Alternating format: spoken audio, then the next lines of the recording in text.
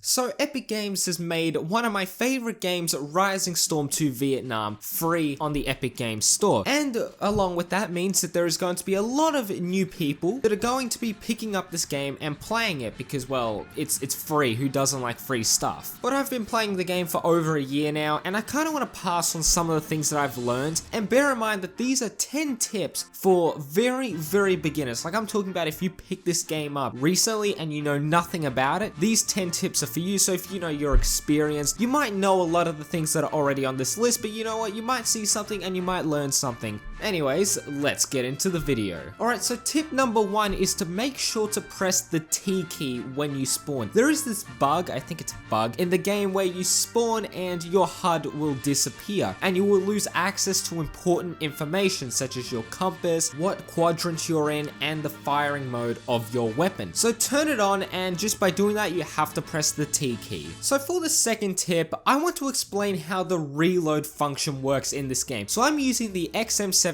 it's better than the M16, don't even question it. I hate it, but the XM17 is much better. And we can see that the counter down below, I have 7 magazines, and I know this gun can fire 20 rounds, so if I were to fire 10 rounds and tap the R key, we can see the full magazine icon, which means that I put a new magazine into the gun, so I now have 20 rounds. Now, if I were to fire all my ammo and get down to the last magazine, it will have 10 rounds in it rather than 20, because this isn't Call of Duty, you don't just throw your magazine on the ground. But the thing is, we will know that we've put in this magazine by the little indicator that comes up on screen, because we can see that every time we reload with the full magazine, the icon is white. But when we put in the magazine with 10 rounds, we can see that it's actually yellow and there's like a little line at the halfway point, because it tells us that we have half a magazine. And also, if you use a gun such as the M1 Garand, I don't know how to pronounce it, I apologize, but we know that that gun makes that so satisfying pinging sound. So the thing is, if we were to fire 4 rounds and we reload, we actually lose the whole magazine or cartridge or whatever you call it, because you pull the thing back, it pings out, it goes on the ground, and you reload a full ping.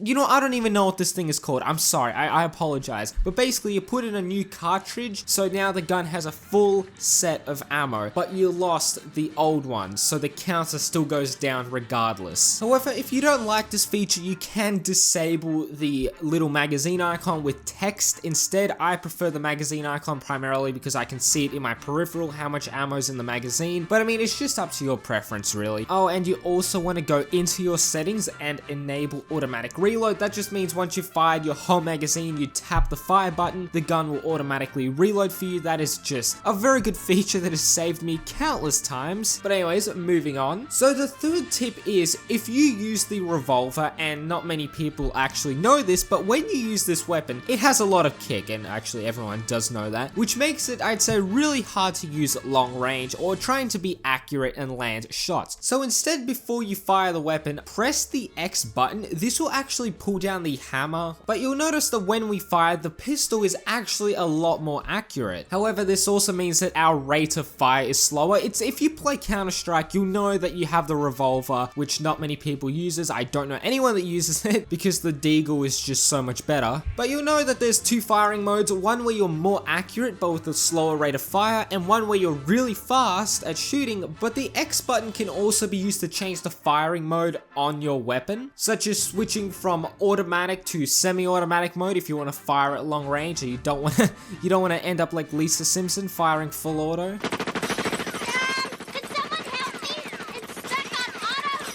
But anyways, moving on to the fourth tip is when you have your primary weapon, you can press the C key and it does some interesting things. That changes the way your gun functions. So if you have a shotgun and have multiple shells, which is the slug as well as the buckshot, I don't know the proper names for them, so bear with me, you can press the C key and it will switch the shell in your gun. I wonder what would happen if I were to put one of each in a shotgun, like a slug and a buck, so it'd be a slug buck slug. Honestly, I don't need sleep, I need answers. But by pressing the C key, you can change the type of ammo that is in your shotgun. But by pressing the C key, you can also fold the stock on certain weapons like the MP40, the grease gun, Type 56 with the foldable stock. And this is definitely one of my favorite features, because if you want to shoot at long range, because most of these guns with the folding stock are automatic except for a certain few, but I know the MP40 and the grease gun are automatic. You can fold the stock if you're in close quarters, because this actually improves your aim time. However, this does come with a downside by making your iron sights crooked. Now this doesn't really bother me too much. Sometimes I'm still firing at range because I just can't be bothered to pull back the stock. But I mean, if you want to pull back the stock and fire at long range, you'll have a normal iron sight. And if you're entering a building, you'll want to press the C key, fold the stock, and you'll have a much better reaction time in close quarter combat. So make sure to also press the X key to make sure you are in automatic firing mode as well. Alright, so the fifth tip is to be careful when you use an RPG. And when you see someone else using it, make sure not to stand behind them, because RPGs have a thing called backblast, which means that if you are standing behind someone who shoots, you will be killed. I don't know if this happens in real life. I've seen a couple of videos of what happens in real life,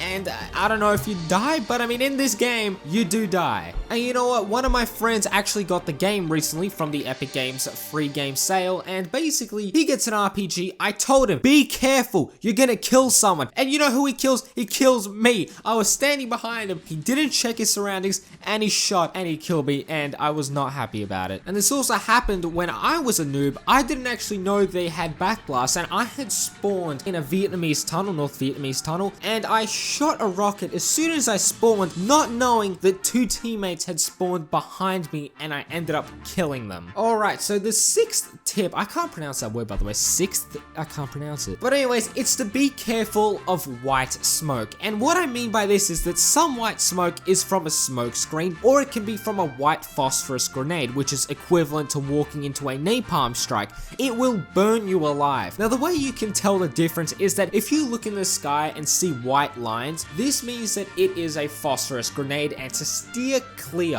Alright, so the seventh tip is, please, for the love of God and everything that is holy on this planet, listen to the commander. They have eyes and ears over the whole battlefield, so if they say that there are people flanking on one side, chances are that's what's happening. And sure, some commanders are worse than others, but the main point is that only people over level 25, I believe, can be commanders, so people with, I'd say, decent experience. But look, if a commander says that an artillery strike is coming, chances are that there is an artillery strike coming in that position. And the amount of times I've seen people run into a place where I've said, hey, artillery strike in G5, don't go there. And like 5 people run in there. Don't be one of those people, please. And worst of all, if that does happen, forgive your commander. It's not his fault you ran into an artillery strike. Look, if you check your map, you can see where a friendly napalm or artillery strike is coming in. So you just make sure to check the map every now and then to make sure you don't get a shell on top of your head. Alright, so the 8th tip is, if you are playing as the North Vietnamese and you hear that dreaded sound of